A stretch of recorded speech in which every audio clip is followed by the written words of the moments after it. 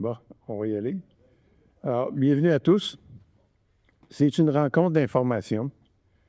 Et puis, on va vous présenter un projet qui est à l'étape préliminaire. Je ne le répéterai pas assez souvent. Le mot important, c'est préliminaire. C'est la première fois qu'on se parle, qu'on peut vous présenter quelque chose. On commence, il y a encore beaucoup d'études à faire, et puis il y a encore beaucoup de choses qui vont changer, mais au moins, on va commencer la discussion avec quelque chose de concret. Compagnie 29 Métalcorp est une compagnie canadienne basée en Ontario. Je suis le président, je vis à Montréal. Je suis ici une semaine par mois généralement.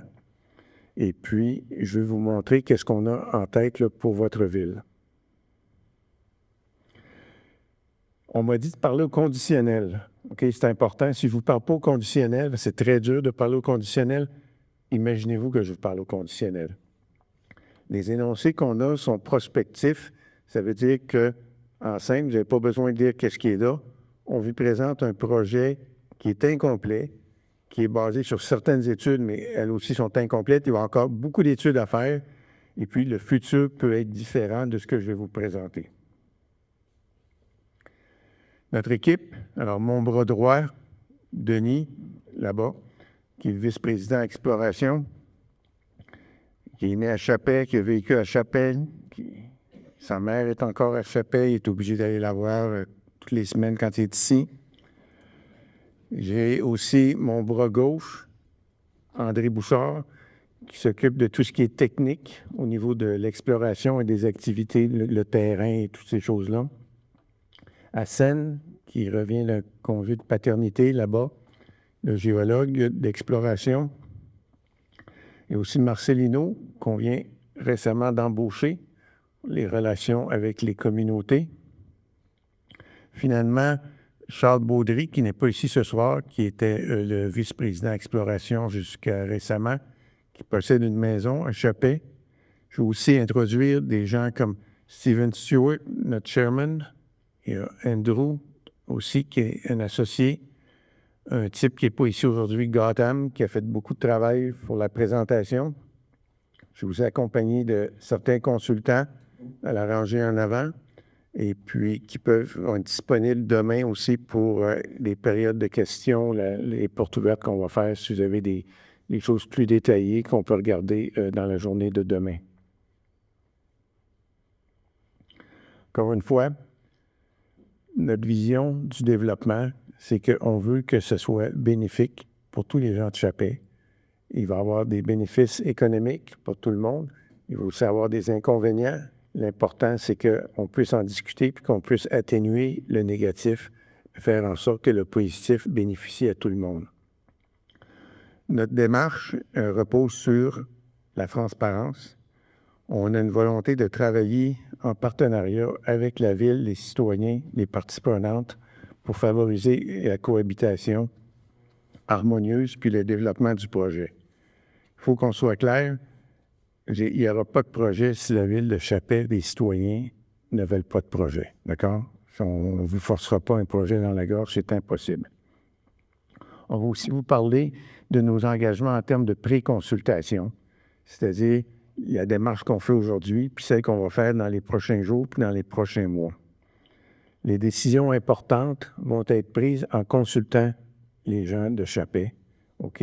Des personnes concernées, les groupes, les communautés.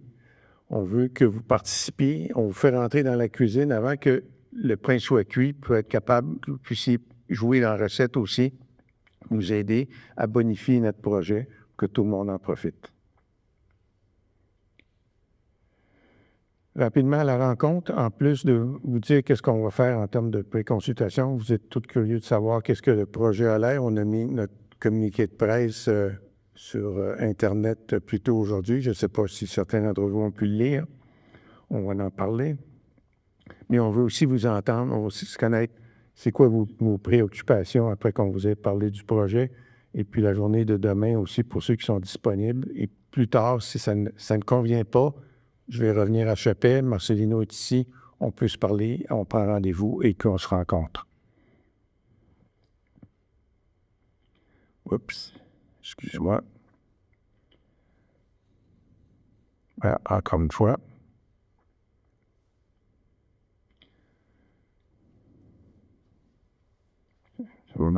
gros doigt. OK. Définition d'études économiques préliminaires. Qu'est-ce que c'est? C'est la première étape d'un projet minier. On doit vous présenter quelque chose. On veut être capable de pouvoir avoir quelque chose de concret à parler. On veut pouvoir aller voir Hydro-Québec en disant on a un projet, on va avoir besoin de tant de mégawatts. On veut dire au gouvernement qu'on a un projet stratégique qui existe. On veut parler à nos investisseurs pour leur dire qu'on a un projet qui est profitable. On commence en quelque part. Il va y avoir plusieurs étapes de définition de projet dans les 4-5 prochaines années, mais au moins on peut commencer la discussion maintenant. Qu'est-ce que ce n'est pas une PEA ou un EEP? Ce n'est pas la définition finale du projet. Ça n'apporte pas une réponse à toutes les questions. Au contraire, ça va apporter peut-être encore plus de questions. L'important, c'est de vous rappeler qu'il y a encore beaucoup d'études à faire, puis beaucoup de travail technique à faire. Puis dans études économiques préliminaires, le mot le plus important, c'est le mot préliminaire. Le calendrier est aussi approximatif. On va vous montrer un calendrier tantôt. C'est approximatif. On fait notre meilleur effort pour essayer de planifier qu'est-ce que le calendrier va être, mais dépendant de nos finances, dépendant de ce que le ministère de l'Environnement peut faire, beaucoup de choses peuvent faire avancer plus vite ou moins vite le calendrier. Il y a beaucoup d'hypothèses. Ça va peut-être prendre 4 ou 5 ans avant d'avoir une étude de faisabilité. Alors, il y a encore beaucoup de travail qui s'en vient. Qu'est-ce qu'on va vous montrer? Finalement, c'est une itération parmi peut-être 1000 différentes variations que ce projet-là aurait pu avoir au niveau de technique auquel on est en ce moment. On a choisi une parmi 1000. Excusez-moi, ça fonctionnait très bien tantôt quand je pesais avec mon doigt et ça ne fonctionne plus. OK. Le cycle de vie d'un projet minier, encore une fois, qu'on soit tous sur la même longueur d'onde. On est au début à l'étude préliminaire économique.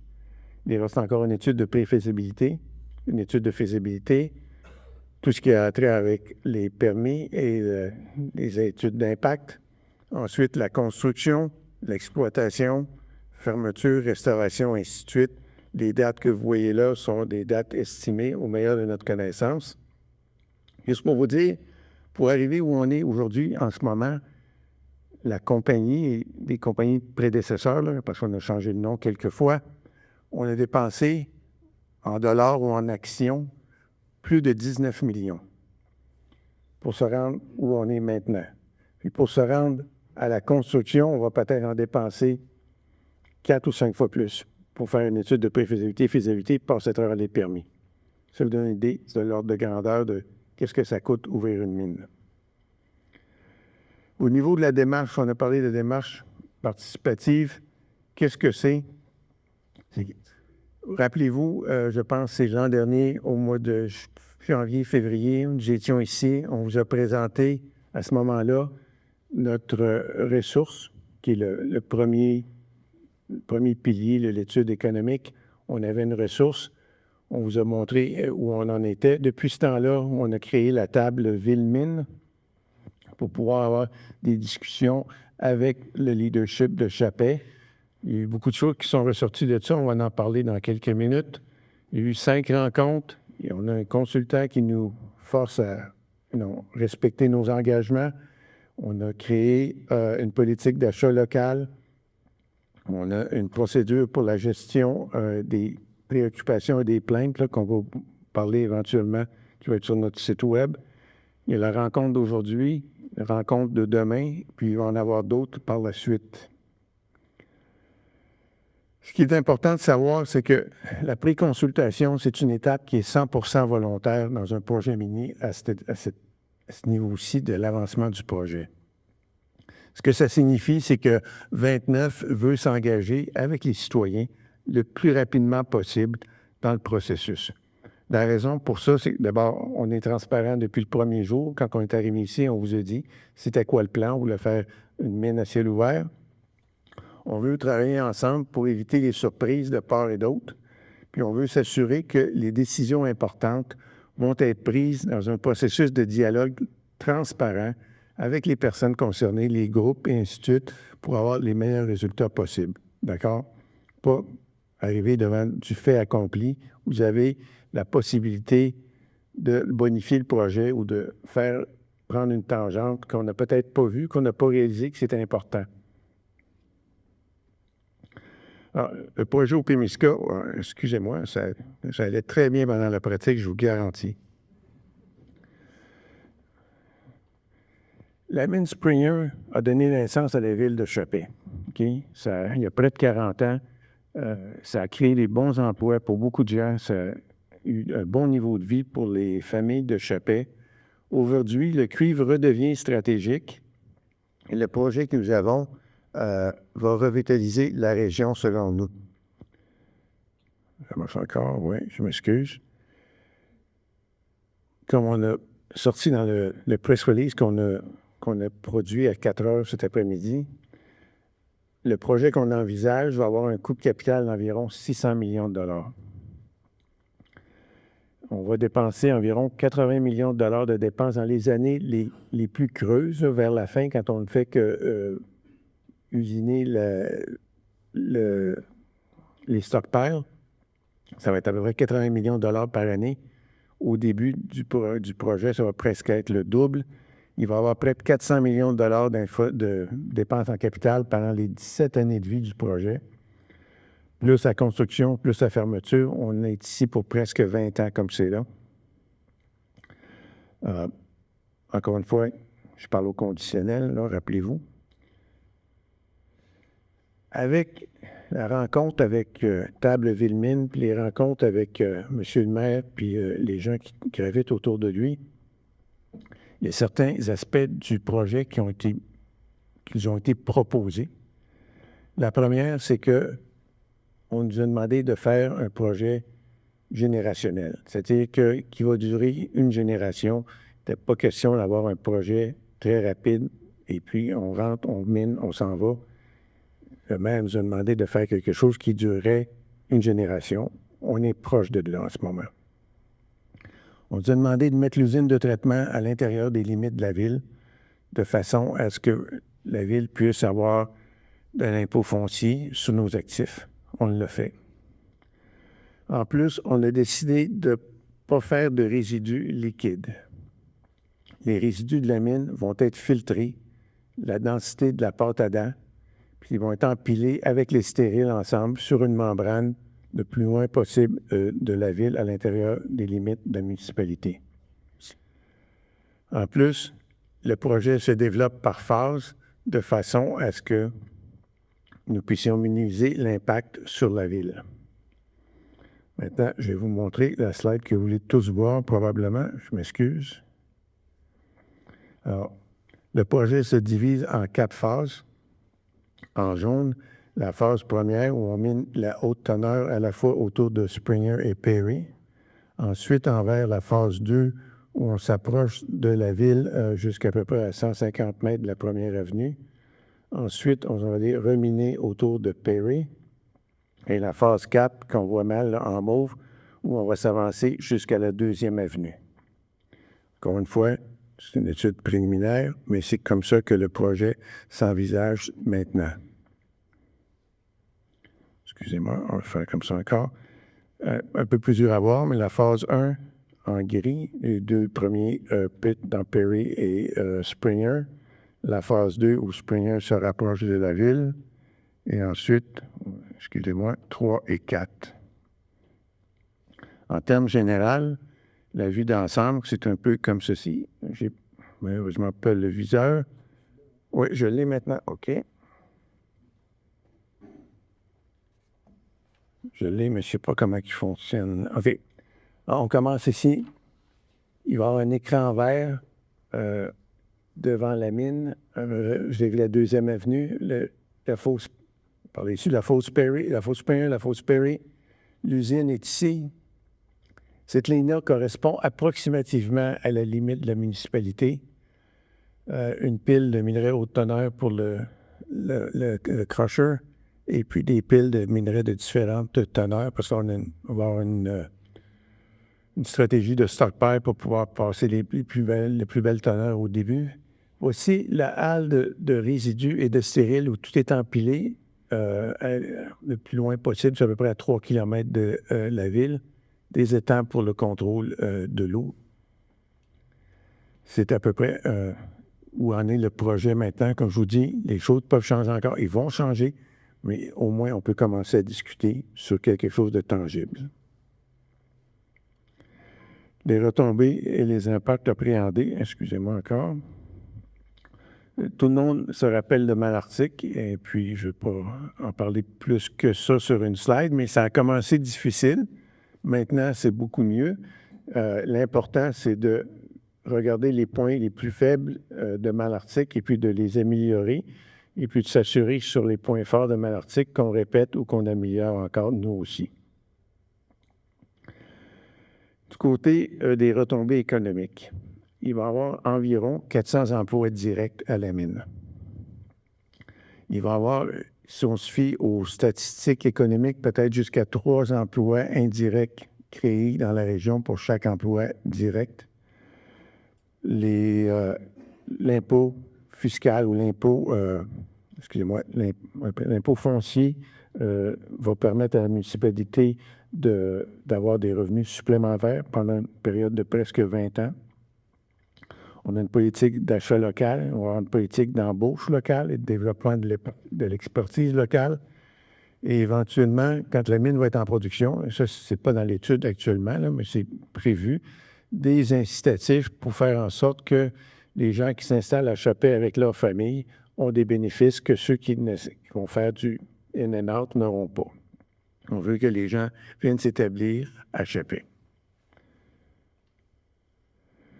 Sur les impacts, eh bien, on peut parler de la gestion des résidus. Alors, comme je vous ai dit, les résidus que l'on entend produire vont être filtrés et vont être déposés avec les stériles, empilés. La montagne que je vous ai montrée à presque à la hauteur du mont Springer. Elle est loin de la ville. On va réduire l'impact au niveau du bruit et de la poussière. Il n'y a pas de digue. Il y a une économie au niveau de l'eau et puis le recyclage de l'eau. Même chose pour le bruit. La mine, il va faire un petit peu de bruit au début. Quand on est en surface, avant qu'on soit après peut-être 25 ou 30 mètres, le bruit va être très atténué. Il y a un mur écran qui va atténuer le bruit aussi. Au niveau des vibrations, ça se contrôle. C'est pas comme les mines souterraines. Il y a des façons, dans les mines à ciel ouvert, de faire des sautages que les gens ne se rendent même pas compte qu'il y a eu un sautage. Il faut juste y mettre l'effort. On va épandre des produits anti-poussière dans la mine sur les routes pour éviter qu'il y ait de la poussière, en plaçant tous les résidus, toutes les infrastructures au nord de la ville, considérant que les vents dans la région sont des vents d'ouest. On s'assure qu'il n'y ait pas vraiment de poussière de nos opérations, à part directement dans la fosse Springer, qu'il n'y ait rien là, qui vienne vers la ville. Au niveau de l'achat des résidences et puis de l'empiètement, eh bien, il va y avoir un processus équitable et transparent. Il va y avoir des évaluations indépendantes. Tout ça, ça va être discuté. On a presque 15 ans pour régler ce problème-là, s'assurer que tout le monde soit satisfait. Personne va être, comment on pourrait dire ça, va être désavantagé de ce côté-là. Je veux juste dire qu'on ne déplacera pas de maison. Dans mon plan à moi, on achète, on vous remplace votre maison simplement avec une nouvelle maison dans un nouveau quartier.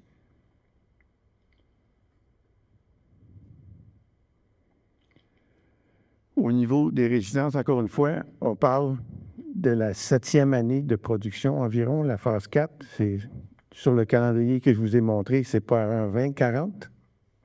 Alors, si vous avez besoin d'un nouveau toit, vous voulez remplacer vos fenêtres, je vous le dis là, empêchez-vous pas de vivre, OK? Il y a beaucoup de choses qui peuvent changer d'ici là. L'échelle du temps peut s'allonger, souvent plus que se rapetisser. Empêchez-vous pas de vivre pour qu'est-ce que vous venez de voir. Je veux qu'elle soit claire. Les démarches qu'on va faire avec la préconsultation, puis des ateliers avec les citoyens, on va s'assurer que tout le monde bénéficie. Personne ne va être perdant dans ce qui va se passer.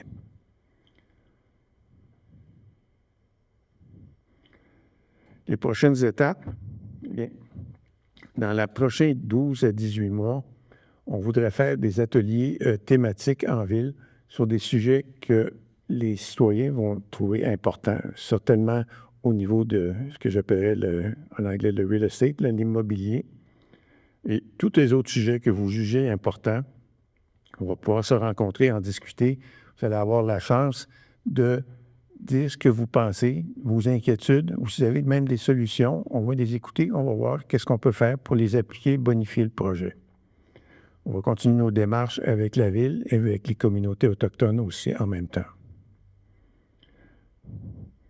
En conclusion, ce qu'on vous demande, c'est de nous inviter dans votre communauté à développer un projet qui va être porteur.